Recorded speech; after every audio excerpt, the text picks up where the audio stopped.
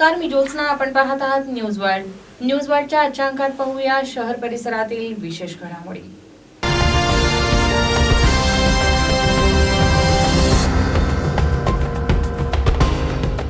म्हाडाच्या सोडतीविषयी माहिती देण्यासाठी काल शुक्रवारी गृह आणि तंत्रशिक्षण राज्यमंत्री रवींद्र वायकर नाशकात आले होते. या प्रसंगी त्यांनी पत्रकारांनी विचारलेल्या प्रश्नांना दिलखुलासपणे उत्तरे दिली. मुंबईमध्ये म्हाडाच्या घरांची जाहिरात प्रसिद्ध झाल्यानंतर लगेचच अर्जांचा ढीग निर्माण होतो. अशी स्थिती नाशिकमध्ये बघावयास मिळत नाही. त्यामुळे येत्या काळात म्हाडाच्या वसाहती निर्माण करून परवडणारी आणि दर्जेदार घरे उपलब्ध करून दिली जातील, अशी कबुली गृहनिर्माण, उच्च व तंत्रशिक्षण राज्यमंत्री रवींद्र वायकर यांनी दिली. नाशिक प्रादेशिक गृहनिर्माण व क्षेत्र विकास मंडळाच्या गृहनिर्माण कार्यालयात आढावा बैठकीत पत्रकारांशी बोलताना त्यांनी ही माहिती दिली. बैठकीस म्हाडाच्या मुख्याधिकारी सरिता नरके, कार्यकारी अभियंता व्ही.टी. पोद्दार उपस्थित होते. पुढे बोलताना वायकर म्हणाले की म्हाडाच्या घरांच्या दर्जाबाबत नेहमीच शंका उपस्थित केली जाते. महागाईमुळे किमती वाढल्यानं नागरिक खासगी बांधकाम व्यावसायिकांकडून गृह खरेदीला प्राधान्य देतात. मात्र येत्या काळात दर्जा आणि सुविधांबाबत विशेष लक्ष दिले जाणार असून किमतींवर विचार केला जाणार असल्याचं त्यांनी सांगितलं. तसेच म्हाडाची घरे आकर्षक असावी, मजबूत बांधकाम आणि लोकप्रिय प्रकल्प व्हावेत, या दृष्टीने योजना आखण्याचे निर्देश यावेळी त्यांनी दिले. भविष्यकालीन प्रकल्पांच्या दृष्टीनं जमिनीचे नियोजन, साहित्याचा उत्तम दर्जा, शासकीय धोरण या दृष्टीने सकारात्मक निर्णयांचे संकेतही त्यांनी यावेळी दिले. न्यूज वर्ल्डसाठी मिलिंद कुलकर्णी, नाशिक. नाशिक येथील न्यूरोलॉजिस्ट डॉक्टर श्रीपाल शहा यांच्याशी आमचे न्यूज वर्ल्डचे मॅनेजिंग डायरेक्टर चंदन पवार यांनी न्यूरोलॉजीतील नवीन टेक्नॉलॉजी या विषयावर चर्चा केली. आज आपल्यासोबत आहेत डॉक्टर श्रीपाल शहा. ते एक न्यूरोलॉजिस्ट आहेत आणि मेंदूवरील शस्त्रक्रिया या संबंधीचे ते तज्ज्ञ आहेत. ते आपल्यासोबत साईबाबा हार्ट इन्स्टिट्यूट या ठिकाणी आपल्या प्रेक्षकांसाठी माहिती देणार आहेत. त्यांच्यासोबत आपण बोलूया. डॉक्टर साहेब, ही जी न्यूरोलिस्ट जी टेस्ट आहे आणि ती मशिनरी, ते इन्स्ट्रुमेंट तुम्ही इथे स्थापित केलं आहे, तर ते नेमकं काम काय करतं? बेसिकली कार्डिओलॉजिस्ट की हृदयरोग तज्ज्ञ ज्यांना कॅथलॅब लागते एन्जिओग्राफी व एन्जिओप्लास्टीसाठी, तसंच न्यूरोलॉजिस्टला एन्जिओग्राफी आणि एन्जिओप्लास्टीसाठी विशिष्ट प्रकारची कॅथलॅब लागते आणि सॉफ्टवेअर्स असतात जेणेकरून त्यातून रोटेशन्स आणि रोडमॅप या माध्यमातून आपण विशिष्ट प्रकारच्या शस्त्रक्रिया या करू शकतो. आता मी न्यूरो इंटरव्हेन्शन्स का इंटरव्हेन्शनल न्यूरोलॉजी ही जी एक ब्रांच आहे ती नाशिक का नॉर्थ महाराष्ट्रात स्थापित करतो आहे. त्याच्यासाठी आपल्याला कॅथलॅब लागते, जेणेकरून जशी हृदयाची एन्जिओग्राफी होते तशीच मी एक मेंदूची एन्जिओग्राफी व एन्जिओप्लास्टी ही करतो व मेंदूवर रक्तवाहिनीवर होणारे फुगे आणि त्यामुळे होणारा रक्तस्राव त्याला बंद करणं कॉइलिंग या माध्यमातून, का मेंदूवर मेंदूच्या रक्तवाहिनीवर होणारे गुच्छ ते एम्बोलायझेशन ह्या मटेरियलनं बंद करायचे, अशा वेगवेगळ्या शस्त्रक्रिया त्या आता आपण नाशिकला साईबाबा हार्ट इन्स्टिट्यूटला करू शकतो. उत्तर महाराष्ट्रात अशा प्रकारे सर्जरीचं हे एकच केंद्र आहे, हे खरं आहे? हो, उत्तर महाराष्ट्रात नाशिकमध्येच फक्त अशा प्रकारच्या शस्त्रक्रिया आत्ता सुरू झालेल्या आहेत आणि त्या साईबाबा हार्ट इन्स्टिट्यूटमध्ये रुजू झालेल्या आहेत. बरं, यामध्ये मेंदूची शस्त्रक्रिया करताना ती फक्त वरून केली जाते, इंटरनल कुठल्याही प्रकारे त्यात कार्य होत नाही, तर हे कसं काय होतं? मेंदूच्या सर्व शस्त्रक्रिया ज्या असतात त्या ओपन सर्जरी असं म्हणतो आपण, की कवटी उघडणे आणि मग शस्त्रक्रिया करणे. पण ह्या ज्या शस्त्रक्रिया आहेत त्या विशिष्ट प्रकारच्या आहेत, ज्या पायातून रक्तवाहिनीला छिद्र करून मग पुढे कॅथेटर घेऊन एन्जिओग्राफीमार्फत आपण मेंदूच्या रक्तवाहिनींपर्यंत पोचतो आणि तिथून पुढे आपण ह्या शस्त्रक्रिया एन्जिओग्राफीमार्फतच करतो. त्यामुळे आपल्याला कवटीला उघडायला लागत नाही आणि एन्जिओग्राफीमार्फत फक्त 1 की 2 मिलीमीटरच्या होलमार्फत ह्या शस्त्रक्रिया आपण करू शकतो. अशा प्रकारची शस्त्रक्रिया ही कुठे कुठे उपलब्ध आहे नाशिक शहरात? नाशिकमध्ये वोखाड हॉस्पिटलमध्ये आणि सह्याद्री हॉस्पिटलमध्ये अशा प्रकारच्या शस्त्रक्रिया आणि साईबाबा हार्ट इन्स्टिट्यूटमध्ये उपलब्ध आहे. ह्या आत्तापर्यंत ह्या पद्धतीचे आपण किती शस्त्रक्रिया केल्या आहेत आणि त्याचा अनुभव आपला कसा होता?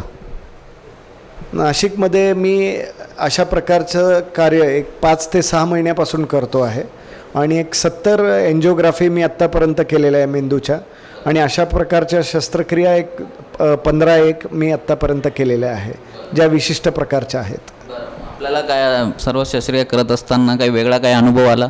नाही, ह्या शस्त्रक्रियेमुळे जे ओपन सर्जरी करतो त्याला पेशंटला अशा विशिष्ट प्रकारच्या ज्या सिरियस शस्त्रक्रिया आहे, पेशंटला एक 20 ते 30 दिवस किंवा 1 महिना हॉस्पिटलमध्ये राहायला लागतं किंवा शस्त्रक्रिया केल्यावर ते जगतील ह्याची आपल्याला गॅरंटी नसते. पण ह्या शस्त्रक्रियेनुसार पेशंटला 8 ते 10 दिवस राहायला लागतं आणि त्याच्यानंतर तो घरी जाऊ शकतो आणि व्यवस्थित रिकव्हरी लवकरात लवकर होते, हे बघितलं आलं. मग या शस्त्रक्रियेसाठी किती कमीत कमी दरात त्याचा म्हणजे पेशंटांना खर्च येतो, किंवा मुंबईसारख्या मोठ्या सिटीत जर केलं ही शस्त्रक्रिया आणि नाशिकमध्ये केलं तर काय फरक येतो? मुंबईसारख्या ठिकाणी या शस्त्रक्रिया फार महाग शस्त्रक्रिया आहे आणि मुंबईच्या कॉर्पोरेट हॉस्पिटल कल्चरमध्ये जर बघितल्या तर लाखोंमध्ये या शस्त्रक्रिया होतात. पण नाशिकसारख्या किंवा उत्तर महाराष्ट्र हेल्थ हब आहे नाशिक, त्या हिशोबे या शस्त्रक्रिया मुंबईपेक्षा बऱ्यापैकी कमी दरात नाशिकमध्ये होतात आणि त्यामुळे नाशिक का उत्तर महाराष्ट्रातील सगळ्या अशा प्रकारच्या पेशंटसाठी की रुग्णांसाठी या शस्त्रक्रिया आता इथे उपलब्ध झाल्यामुळे साईबाबामध्ये भरपूर तो लाभ हॉस्पिटल्सला, बाकीच्या किंवा डॉक्टरांसला किंवा उत्तर महाराष्ट्रातल्या अशा रुग्णांना होणार आहे. साईबाबा हार्ट इन्स्टिट्यूट निवडायचं कारण काय? त्याचे विशिष्ट 2 कारण आहेत.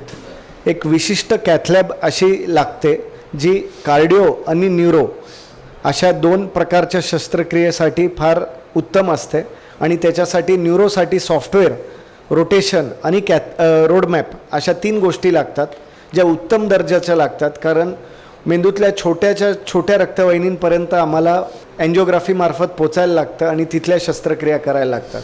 त्याच्यासाठी साईबाबा हार्ट इन्स्टिट्यूटची कॅथलॅब ही अतिउत्तम आहे आणि त्यामुळे मला इथे काम करायला बऱ्यापैकी अनुभव आला आहे. उत्तर महाराष्ट्रात अशा प्रकारे शस्त्रक्रियेचं जे ठिकाण उपलब्ध झालं आहे, तर या ठिकाणी मुंबई शहरात मोठमोठ्या शहरात जाण्यापेक्षा जर आपल्या जवळच्या ठिकाणी ही शस्त्रक्रिया उपलब्ध आहेत तर आपल्या प्रेक्षकांसाठी मी सांगू इच्छितो की कुणालाही अशा प्रकारचा प्रॉब्लेम असेल तर त्यांनी साईबाबा हार्ट इन्स्टिट्यूट यांच्याशी संपर्क साधावा. आपल्यासोबत होते डॉक्टर श्रीपाल शाह, त्यांनी आपल्याला या संबंधी माहिती दिली, त्याबद्दल त्यांचे आभार. धन्यवाद. न्यूज वॉचच्या आजच्या अंकात अजूनही विशेष घडामोडी, पण त्यापूर्वी घेऊया एक छोटीशी विश्रांती.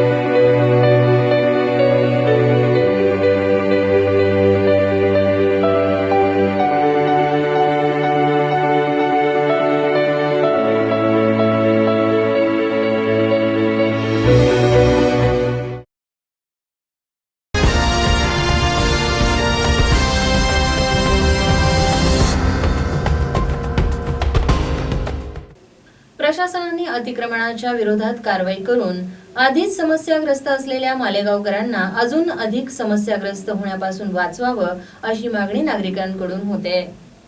आपल्या संस्कृतीत नदीला पूजनीय स्थान आहे। अनेक उत्सव नदीशी संबंधित असतात, मात्र काही लोकांना याचा विसर पडलेला दिसतोय, कारण ते नदीत अतिक्रमण करत आहे। नदीतील अतिक्रमण किती धोकेदायक ठरू शकते याचा अनुभव नाशिककरांनी 29 सप्टेंबर 2009च्या महापुरात घेतलेला आहेच, मात्र त्यावरून प्रशासन जागे झालेले दिसत नाही। मालेगाव येथील मोसम नदीतील अतिक्रमणाचा आढावा घेतलाय आमचे प्रतिनिधी सिद्धार्थ शेजवळ यांनी। मालेगावची जी मोसम नदी आहे तर त्याबद्दल आजची परिस्थिती आणि पूर्वीची परिस्थिती ह्याच्यामध्ये काय बदल आहे, काय अंतर झालं आहे, काय फरक? तर मोसम नदी ही जी पूर्वी होती किंवा जेव्हा आमच्या लहानपणी आम्ही जी बघत होतो ती वाहती होती, सतत त्या नदीला पाणी राहत होतं। परंतु हल्ली जी नदी झालेली आहे तिला कुठलाही प्रवाह नाही, तिच्यात पाणी वाहत नाही। पाणीच्या ऐवजी तिथे हल्ली गटार वाहते असं दिसतंय। मधी सर्व घाण दिसते। वेगवेगळ्या गटारी त्या नदीला सगळ्या जोडले गेलेल्या आहेत आणि नदीची स्वच्छता जी केली पाहिजे ती कुठल्याही प्रकारची स्वच्छता होत नाही। पूर्वी असं वाटायचं की नदी किनारी किंवा गंगेच्या किनारी राहणं एक भाग्य आहे म्हणून, परंतु परिस्थिती आता पलटलेली आहे की आता आपण नदी किनारी किंवा गंगेच्या किनारी राहतो म्हणजे काहीतरी आपलं काहीतरी चुकलेलं आहे किंवा आपलं दुर्भाग्य असं वाटतं।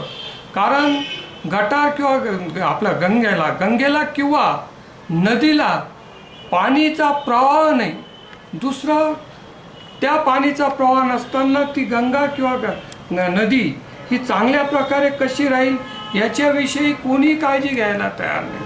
त्याच्याविषयी लोकप्रतिनिधींमध्ये अनासक्ती आहे, काही त्याविषयी ते बोलायला तयार नाही किंवा त्याचा पाठपुरावा तयार करायला नाही आणि त्याच्यामुळे त्या नदीला ज्या गटारी जोडल्या जातात ज्याचं जे खराब पाणी येतं त्याविषयी कोणी विचार करायला नाही आणि त्यामुळे आरोग्य हे शहरवासियांना मिळण्यापेक्षा तिथे आरोग्याचा तर काही प्रश्नच उरलेला नाही, तर पण त्याच्यामुळे शहराचं आरोग्य बिघडून राहिलेलं आहे।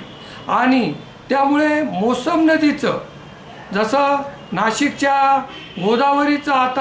गोदावरीचं जे कायापालट करण्याचा जनतेने किंवा हायकोर्टाने ऑर्डर देऊन ते केलेलं आहे, त्याप्रमाणे मोक्षगंगेचंही आता करण्याची गरज आहे। आणि तसं केलं नाही तर कदाचित लोकही नाशिकसारखे परत हायकोर्टात किंवा न्यायालयात धाव घेतल्याशिवाय राहणार नाही। कारण आता नदीच्या किनारी राहून लोकांचं आरोग्य हे शहरवासियांचं अतिशय धोक्यात आलेलं आहे। मालेगाव शहरामधल्या मोसम नदीचा काही आत्तापर्यंत महानगरपालिकेने विकास केला का, सुधारणा केली त्याच्यामध्ये?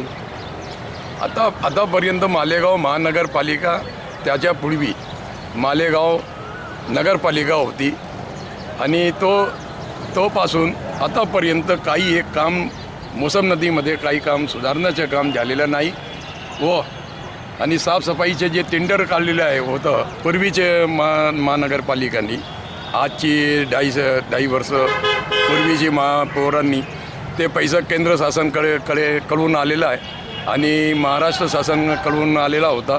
त्या फंडमध्ये मला असं काही दिसत नाही की काही मोसम नदीचा विकास आणि मोसम नदीच्या सुधारणा आणि मोसम नदीची साफसफाई असे काही इकडे दिसत नाही आहे। मला असं वाटतं की मालेगाव महानगरपालिकामध्ये मोसम नदीवरून एक भ्रष्टाचार मोठ्या प्रमाणावर झालेला आहे असं मला वाटतं। नदीला बघत आलेलो आहोत। पूर्वी ज्या नदीत इतकी स्वच्छता होती, आज तिची परिस्थिती आज आपण बघत आहोत की इतके परिस्थिती अवघड झाली की अस्वच्छता, डास, मच्छर आणि ती नदीजवळ करमळी यानादादा विद्यालय असल्यामुळे तेथील या नदीचा डासांचा परिणाम विद्यार्थ्यांना होत आहे आणि त्याच्यामुळे बरेचसे मुलांना आजार होण्याची शक्यता वाढली। तर महानगरपालिकेने लवकरात लवकर मोसम नदी स्वच्छतेकडे लक्ष द्यावं ही विनंती। या अतिक्रमणाविरोधात श्री काला गांधी हे मालेगाव येथील तहसील कार्यालयावर उपोषण करीत आहे। चालू किया है सन 2014 से जमूर स्कूल के ग्राउंड का अतिक्रमण हटाने के लिए एप्लीकेशन दे रहा हूँ। 180 अर्जी दे चुका था। अभी पिछले 8 दिन पहला 9/4/2015 को नासिक जिला के कलेक्टर को मैंने 80 नंबर का अर्जी दिया और उसमें लिख कर दिया कि जमूर स्कूल का अतिक्रमण हटाओ, और अगर ये अतिक्रमण नहीं हटाया गया जमूर स्कूल के मैदान का तो मैं आमरण उपोषण करूँगा। कलेक्टर साहब ने पूछा कि क्यों आमरण उपोषण कर रहे हैं, कि बोला साहब 2 साल से मैं एप्लीकेशन कर रहा हूँ, 80 अरीजे दे चुका हूँ, लेकिन मालेगांव शहर की महानगर पालिका के आयुक्त और उसके जिम्मेदार ऑफिसर, पुलिस ऑफिसर और प्रांत और तहसीलदार साहब के जितने भी डिपार्टमेंट के ऑफिसर हैं इस ज़मीन के ताल्लुक से कोई उस पर अमल नहीं कर रहा है, वो अतिक्रमण नहीं हटा रहा है। इसलिए मैं अब तंग आ गया हूँ, ये लोग मुझको मजबूर कर रहे हैं कि अपनी जान दे दूँ, इसलिए मैं आमरण उपोषण पे बैठ रहा हूँ। जब तक अतिक्रमण नहीं हटाएंगे तब तक मेरा मरण जारी रहेगा। मालेगावच्या प्रशासनासमोर हा प्रकार घडत असताना प्रशासन काहीही करत नाहीये, यामुळे जनतेत याविषयी संताप व्यक्त केला जातोय। याविषयी बोलताना मालेगावचे महापौर युनुस ईसा यांनी सांगितलं, गांधी जो बैठा है काला गांधी शेख हमीद उनके बारे में आपको क्या है, कैसे क्यों ये सब कर रहे हैं?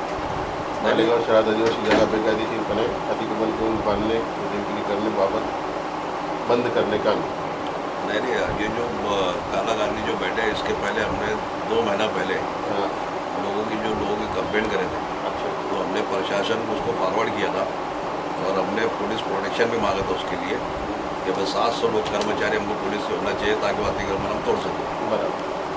और कल पेपर न्यूज़ में भी हमने देखे जिसका मालक था, जगह मालक था, उन्होंने भी नोटिस दिया है कि ये जगह हमारे खाटी वहाँ पर कोई बांधकाम ना करे। अच्छा। तो हम भी उसके फेवर में मालेगांव के जो ऐसे इलीगल जगह पे जो लोग बसे हुए हैं वो टूटना चाहिए। मौसम नदी के बारे में तो कचरा वगैरह बहुत पड़ा है और अभी नहीं, अभी हमने परसों से उसका नियोजन करे है कि रोज एक हमारा 2 JCB हो गए अभी महानगर पालिका के, तो एक JCB हम कंटिन्यूस वहाँ सुबह से लेकर दोपहर तक चलाएंगे और नदी पात्र पूरे साफ करके वहाँ पर मलेरिया ऑयल का छिड़काव वगैरह करेंगे। शासन को कोई निधि आया नहीं क्या?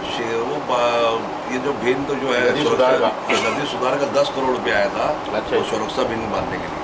हाँ। तो 5 करोड़ रुपये उसको ऑलरेडी DPR का काम था, उन्होंने हमने ठेकेदार को दे भी चुके थे। अच्छा। लेकिन वो ठेकेदार ने बंद किया, अभी उसको बुला के उसको लिस्ट दिया हमने, नोटिस भेजा है, अगर नहीं करेंगे तो उसको ब्लैक लिस्ट करेंगे। अच्छा। ये इसके पहले भी जैसे नदी में चल चुका है साहब? नहीं, जब कैसा था टेम्पररी चलता था, मालेगांव कॉर्पोरेशन के अंदर एक ही JCB था। लेकिन एक JCB अभी हमारा बढ़ने की वजह से अभी काम की जो तो सुना है कि किराए का था। नहीं, वो जो पहले जो था वो किराए का था। लेकिन अभी हमारे दौर में एक जो JCB 2 साल से बंद पड़ा हुआ था, न्यू ब्रांड JCB था। लेकिन हमने उसको कंपनी को लेटर देके, मैं बैठने के बाद उसको कंपनी को लेटर देके वारंटी पीरियड के अंदर था वो, उसको काम करा के लिए वो JCB अभी अच्छी तरीके से चल रहा है। अच्छा। तो अभी नया निधि वगैरह कुछ है क्या? नहीं, अभी नया निधि नहीं, अभी नया निधि तो नहीं है। और अभी गवर्नमेंट से हमने मालेगांव के लिए 10 करोड़ रुपये मांगा है और हदवाड़ी के लिए 14.5 करोड़ की डिमांड की है। अच्छा। अभी ये दायने से लेके तुम्हारे किले तक नदी पात्र जो कम हुआ है उसके बारे में क्या कहते हैं? ये जो अतिक्रमण है, जो ग्रीन बेल्ट है साइड में नदी के पात्र में, जैसे सर्वे नंबर 118, 119 ये पट्टे पे, वहाँ पे भी ऐसी अतिक्रमण भरभराव करके अतिक्रमण करके कैसे फिर रोके कैसे? नहीं, इनको भी नोटिस दिया हमने, 52-53 की नोटिस दिया, इनके ऊपर गुना भी दाखिल किया। लेकिन पुलिस प्रोटेक्शन नहीं मिलने की वजह से। पुलिस प्रोटेक्शन आपको क्यों नहीं मिलता था? वो पुलिस से पूछो आप जाके। नहीं, आप जवाब देंगे साहब, पुलिस से हमने तो लेटर दिया। नहीं, आपने मतलब पुलिस प्रोटेक्शन आपको क्यों नहीं मिलता? नहीं, हमने बार उनको लेटर दिया। अभी हमारे आदमी अधिकारी हमको बुला के बताया था कितने टाइम आपने लेटर दिया। सर, वो लेटर दिए है तो हमको भी उसकी कॉपी मिलनी चाहिए, हम उनसे सवाल पूछेंगे। लेटर की कॉपी देंगे ना। हाँ। आपने अगर कार्रवाई की, उन्होंने आपको सपोर्ट नहीं किया? बिल्कुल, अभी जस्ट ये खत्म होने के बाद आपको मैं कॉपी देता हूँ। चलेगा। और अभी आपकी क्या योजना है नदी सुधार के, यानी बड़े पैमाने पर आप कितने इससे करना चाहेंगे? नहीं, देखिए, हमारा एक जो नदी सुधार के लिए सुरक्षा भिन्न के लिए 1,90,00,000 रुपये इसका भी आया था अल्लामा इकबाल पुल के पास। हाँ। लेकिन वो भी टेंडर की वजह से रिकॉल हुआ हो। वो 20% बिलो लिया था सामने वाले ने, लेकिन उसको पिछली स्थायी समिति ने जो कुछ किया वो बोल नहीं सकते, लेकिन वो उनका पैसा वगैरह EFD डिपॉजिट सब वापस करके उसको अभी न्यू टेंडर फिर निविदा में आया। यानी नदी सुधार आपका कार्यक्रम जारी रहेगा? जारी रहेगा। मौसम नदी मालेगांव को बीच में का दुआ है ना? नहीं, मौसम नदी आपको 15 दिन के अंदर आप खुद आके देखोगे कि एकदम आपको क्लियर नजर आएगी। और उसमें जो सांड पानी है, जो गटर का जो पानी है, वो भुयारी गटार में से ये करने वाले हैं क्या? नहीं, रक्त मिश्रण पानी तो बहुत कम हो गया नहीं, रक्त मिश्रित नहीं, जो गटर का जो सांड पानी आ रहा, जो भुयार गटर में उसको ये करना चाहिए, उसके बारे में आपका क्या कहना है? नहीं, अभी जो जैसे हमारे जो भुयारी गटर की स्कीम जो आ रही है, हाँ। तो तकरीबन फाइनल इस पर भी है, पीएमओ तक पहुंच गई फाइल वो। अगर वो हो जाने के बाद तो फिर वो दिमाग मारी खत्म है, डायरेक्ट ईपीडी प्लान में जाएगा वो। हाँ। नदी का कोई मसला नहीं रहेगा। आपके कार्यकाल में कुछ अच्छी योजना आपको लाने की इच्छा है, जैसे बहुत ने आपका नाम हो जाए भाई? अरे वो तो हमारी पार्टनर चालू है और बहुत करके इस महीने में या अगले मंथ में वो भुयारी गटर की स्कीम मालेगांव शहर में आ जाएगी, उसका पार्टनर हमारा चालू हो जाएगा। शुक्रिया। और ये काम कब से जारी हो जाएगा आपका? कौन सा? ये अभी इससे नदी सफाई का? नदी सफाई का तो आज कल हमने परसों के दिन ऑर्डर दिए, आज से शायद शुरू हो गया होगा। न्यूज वाईडसाठी सिद्धार्थ शेजवळ, मालेगाव. महिला पत्रकारांवर होणारा अन्याय दूर होतो का? गुन्हेगाराला संपवण्याऐवजी त्यातील गुन्हेगारी वृत्तीला संपवले जाते का? याची उत्तरे मिळण्यासाठी युद्ध हा चित्रपट बघण्याचं आवाहन चित्रपटाच्या टीमकडून करण्यात आलंय. स्त्रियांवर होणाऱ्या अन्यायाच्या कथा आपण नेहमीच ऐकतो. त्याला महिला थोड्याफार प्रमाणात प्रतिकारही करतात. काही यशस्वी होतात, काही अयशस्वी होतात. मात्र महिलांवरची अन्याय करण्याची प्रवृत्ती तशीच राहते. कोणत्याही प्रकारची गुन्हेगारी संपवण्यासाठी गुन्हेगाराला संपवण्याऐवजी त्यातील गुन्हेगारीला संपवणे आवश्यक असते. हाच धागा पकडून मराठीत 15 मे पासून युद्ध हा मराठी चित्रपट येत आहे. त्याच्या प्रमोशनसाठी युद्धाची टीम नुकतीच नाशकात येऊन गेली. रेडकर अशा कलाकारांनी अभिनय केलेला चित्रपट ज्याचं दिग्दर्शन राजू भैया यांनी केलेलं आहे आणि हा चित्रपट 15 मे रोजी सर्व महाराष्ट्रातल्या बऱ्याचशा चित्रपटामध्ये प्रदर्शित होत आहे. मी शेखर विद्रे तुम्हाला सर्वांना हेच सांगेन की हा चित्रपट जरूर बघा. याच्यामध्ये खूप आम्ही चांगल्या पद्धतीने आपल्यासमोर मांडण्याचा प्रयत्न केलेला आहे. धन्यवाद. न्यूज वाईडसाठी मिलिंद कुलकर्णी, नाशिक. याचबरोबर न्यूज वाईडचं आजचं बातमीपत्र संपलं. पुन्हा आपली भेट पुढील प्रसारणात. तोपर्यंत मी ज्योत्स्ना आपला निरोप घेते. नमस्कार.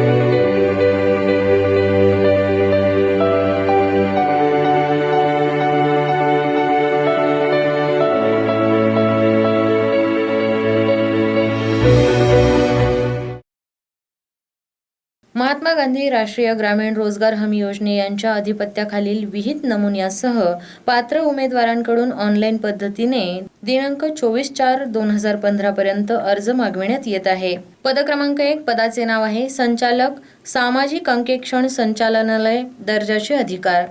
वेतन आहे 15,600 ते रुपये 39,100. ग्रेड पे 7,600 रुपये. प्रतिनियुक्तीचा कालावधी 3 वर्षे. 2 वर्ष मुदतवाढ. पद क्रमांक 2 पदाचे नाव आहे सहसंचालक तथा राज्य समन्वयक, प्रशासन व वित्त. पदसंख्या आहे 1. पदाचा संवर्ग केंद्र किंवा राज्य शासनातील गट अ दर्जाचे अधिकारी. वेतन आहे 15,600 ते रुपये 39,100. Grade pay 5,400. प्रतिनियुक्तीचा कालावधी 3 वर्षे. 2 वर्ष मुदतवाढ. उपरोक्त नमूद संचालक आणि सहसंचालक तथा राज्य समन्वयक या पदांकरता प्रतिनियुक्तीने उमेदवार उपलब्ध न झाल्यास या पदांकरता कंत्राटी तत्वावर 11 महिन्यांसाठी भरती करण्यात येईल. सदर पदभरती करण्यासाठी सविस्तर तपशील खालील प्रमाणे आहे. पद क्रमांक 1 पदाचे नाव आहे संचालक सामाजिक अंकेक्षण संचालनालय.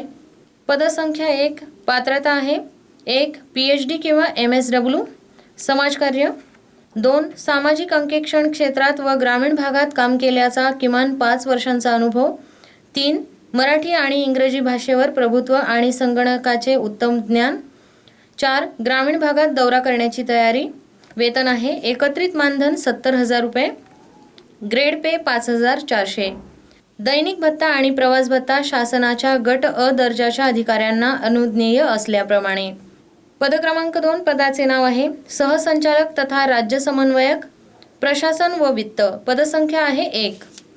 पात्रता 1. एम.कॉम.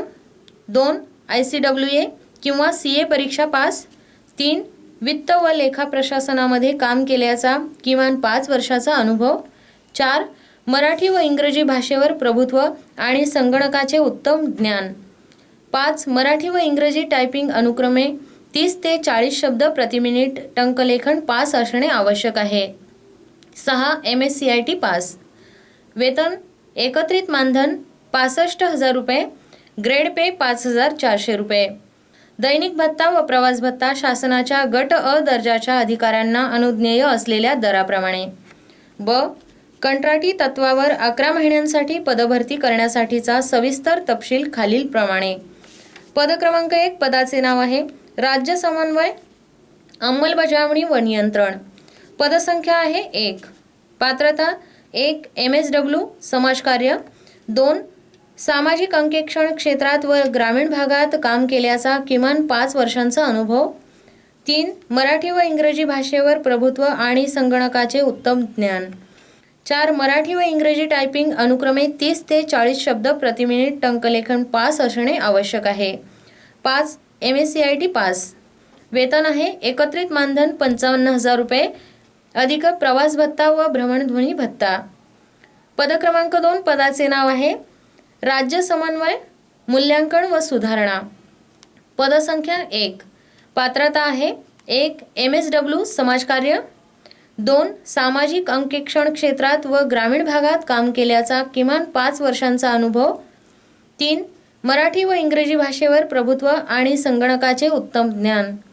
4. मराठी व इंग्रजी टायपिंग अनुक्रमे 30 ते 40 शब्द प्रति मिनिट टंकलेखन पास असणे आवश्यक आहे.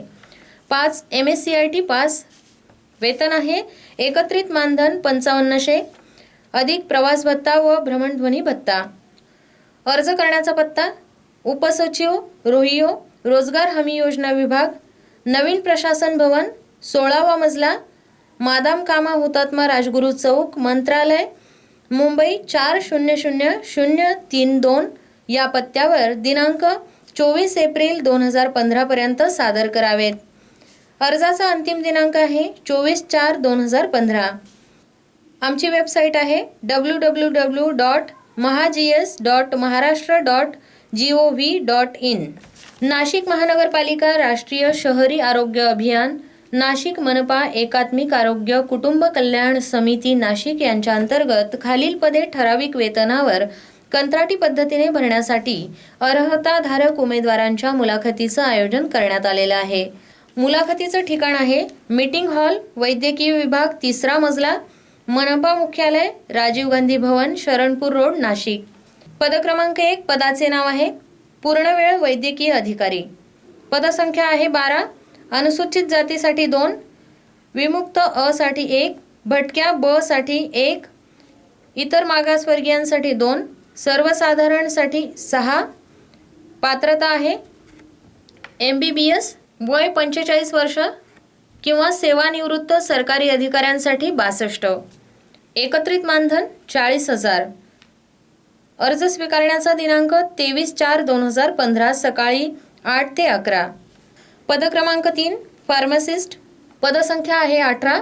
अनुसूचित जातीसाठी 2. अनुसूचित जमातींसाठी 3. विमुक्त जाती अ साठी 1. भटक्या जमाती ब साठी 1. इतर मागासवर्गीयांसाठी 2. सर्वसाधारणसाठी 9. पात्रता आहे D फार्म. वय वर्ष 38 वर्षांपेक्षा जास्त नसावे. एकत्रित मानधन 8,000 रुपये. अर्ज स्वीकारण्याची दिनांक व वेळ 2/5/2015 सकाळी 8 ते 11. पद क्रमांक 4 लॅब टेक्निशियन. पदसंख्या आहे 15. अनुसूचित जातीसाठी 1. अनुसूचित जमातीसाठी 3. विमुक्त जाती अ साठी 1. भटक्या जमाती ब साठी 1. इतर मागासवर्गीयांसाठी 2. सर्वसाधारणसाठी 7. पात्रता आहे BSc DMLT. वय वर्ष 38 वर्षांपेक्षा जास्त नसावे. एकत्रित मानधन 7,000 रुपये. अर्ज स्वीकारण्याची दिनांक व वेळ 9/5/2015, वेळ सकाळी 8 ते 11.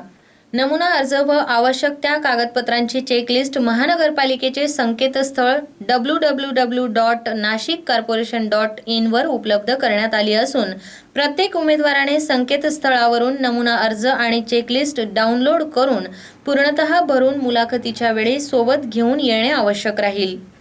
दक्षिण रेल्वे यांच्या अधिपत्याखालील शिकाऊ उमेदवारांच्या विविध पदांसाठी पात्र उमेदवारांकडून विहित नमुन्यात दिनांक 24/4/2000 पर्यंत अर्ज मागविण्यात येत आहेत.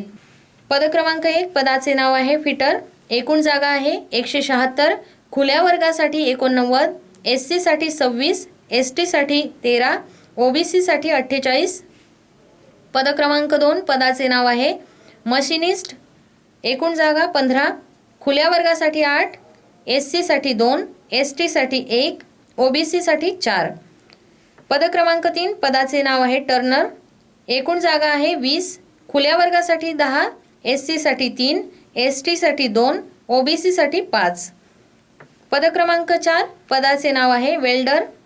एकूण जागा आहे 87, ओपन साठी 44, SC साठी 13, ST साठी 7, OBC साठी 24. पद क्रमांक 5 पदाचे नाव आहे इलेक्ट्रिशियन. एकूण जागा आहे 25, खुल्या वर्गासाठी 13, SC साठी 3, ST साठी 2, OBC साठी 7. पद क्रमांक 6 पदाचे नाव आहे रेफ्रिजरेटर AC मेकॅनिक. एकूण जागा 15, खुल्या वर्गासाठी 8, SC साठी 2, ST साठी 1, OBC साठी 4. पात्रता आहे 12वी पास, संबंधित ट्रेडचे ITI प्रमाणपत्र. वय 15 ते 24. उमेदवाराचे वय दिनांक 24/4/2015 रोजी गणण्यात येईल. अर्जाचा अंतिम दिनांक 24/4/2015. अर्ज करण्याचा पत्ता workshop personnel officer, carriage repair workshop, south western railway, Gadag road, Hubli 580020 Karnataka. उमेदवारांनी लिफाफ्यावर application for engagement as act Apprentices in Hubli Workshop 20, training notification number 01/2015 हे नमूद करावे. अधिक माहितीसाठी व अर्जाच्या विहित नमुन्यासाठी www.swr.indianrailways.gov.in या संकेतस्थळावर भेट द्यावी.